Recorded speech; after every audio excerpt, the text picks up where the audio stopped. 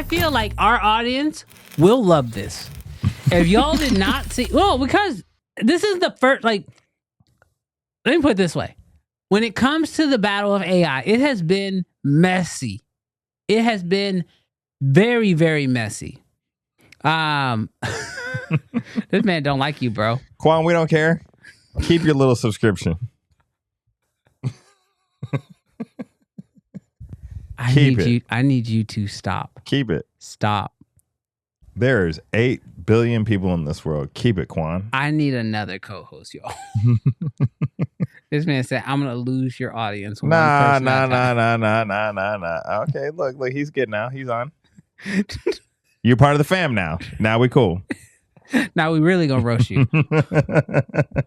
No, so here's to check this out. So when it comes to YouTube, they have now decided to crack down on a few different types of content. One, they've decided to crack down on what I'm just going to call, and what the rest of the media has sort of coined it, AI slop. This is overly repetitive content. And people are saying this means no faceless channels. I don't think that's what this means. But what I think it does mean is that you have to make something that is wholly original. So I think what you're also going to run into is people who just basically scrape the internet of a bunch of videos and then just upload them as compilation videos. I think those are going to get taken down. You think so? Well, let me put it this way. Maybe not taken down, but what YouTube has actually said is that these videos will no longer be eligible for monetization. Now, what's weird about YouTube and when it comes to monetization is they have, ironically, a bunch of AI tools that they use internally to be able to scan videos to determine if they are able to be monetized or not.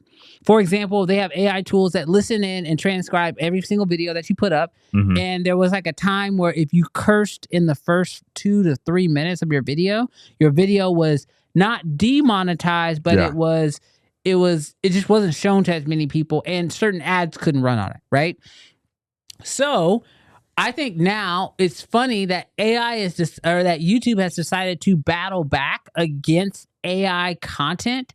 And I actually think it could be a really important move in the battle of AI, because as a lot of us know, what moves, at least in the US, I'm not going to talk about everywhere, but what moves the needle in the US is what can I monetize? Yeah. The reason why everybody wants to be a YouTuber is because it feels like the easiest way to make money.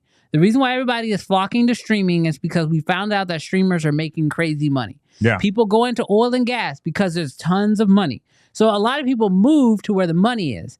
So the easiest way to curve behavior is to curve monetization habits. Yeah. And so by YouTube saying, well, we're not saying you can't use AI, but we're going to change the way that you are or are not able to make money on our platform using AI, then now we are actually going to be able to tell you sort of what we want you to do. And I think it's going to be very interesting how creators respond and how other platforms respond. Because when YouTube does something, I mean, I'm not saying TikTok copies YouTube. Yeah. But like, they are in direct competition of one another. Yeah. And if YouTube makes this stance against AI slop, and right now, if you get on TikTok, you'll find that there's a crap ton of AI slop over there. Will TikTok take this as an opportunity to say, oh, we don't have to monetize AI slop either, which should possibly help us get rid of some of this just like nonstop AI crap that's just being posted everywhere. Yeah, I wonder, not to take the opposite view, but my mind immediately went to the people that make AI content that's dope and that spend probably as much time as people spend like shooting and creating. What's going to happen to them? I'll give you guys an Instagram account. Brandon and I be sharing this account back and forth every time we see these freaking doomsday AI futures. It's called Gossip Goblin. Gossip Goblin. If anybody wants to put that Instagram in the chat, Luis, you want to put that in there? Gossip Goblin, this man be putting this man be making Skynet look like a good babysitter, bro. The AI future, if Gossip Goblin is anywhere close, glory. But I was listening to his process, and the way this man writes out his own scripts and then transform his AI voice, finds the right voice, and then like literally will mid-journey each of these scenes 1,000 times, not 1,000, but like 100, 200 times until he finds the base video, and then he does the AI video. Like this man be spending like, I don't remember what he said, like 50, 60 hours on a video. And I'm just like thinking to myself, like in this case where he is making content that's really dope, super creative, like it does kind of suck that obviously Instagram isn't YouTube, but like you said, if it starts with YouTube and it goes over to Meta, like I wonder if this account would, I wonder if this account would be affected. Yeah, I don't His know. type of AI video. I don't know. Like, and this is where it's like, and this might be controversial to say. Maybe it's a hot take. Should I make it? It might be a hot take. Yeah. This might be a hot take. I don't think all AI content is bad content. Mm-hmm. And like, I know in the world of like, you know, talking about cameras and working with real artists, a lot of people look at AI content and think that like, you know, oh, you use AI, you're a cheater, you're not a real creative. Yeah. But I think that there's a lot of really, really solid AI artists out there. Mm-hmm. And that's a weird statement to say. And I know it's probably a controversial statement to say. But there are people who are making some really unique, interesting pieces of work. I'll say it like that. Using AI as a tool. Yeah.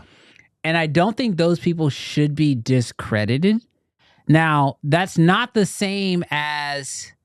Gosh, I'm trying to be careful how I put this. But that's not the same as like the VO3 for sure. alien interviewing people on the street. So like, I don't know. I know you've seen that meme of like, I now know why, how we're all going to become boomers. You know what I'm talking about? Mm-mm. Because they're like, in 30 years, we're going to be like, no, you can't date an AI robot. That ain't right. Dude, the way you sound right now, trying to be careful. Well, you know how in 10 years, 5 years, people can be like, you're a boomer, bro. What do you mean you can't be in love with AI? What do you mean? He's not an artist. He creates art, doesn't he? Anyways, yeah. Who knows? No, but like realistically, I use AI engineers. I use AI in my workflow, not to the extent as like some of these other channels do, where it's all just VO3 prompt, but like it is very interesting, and I don't know how YouTube is going to handle it, and I think it's at the scale of YouTube. Like I heard somebody said, like if 0.01% of YouTube is affected by a thing, that's still like 100,000 people. That's real people. Yeah. Hey, thanks so much for checking out this video. If you enjoyed it, do me a huge favor. Hit that subscribe button so you don't miss more content like this. Because let's face it, sooner or later, I might just be AI. And you'll never know. Or maybe you will.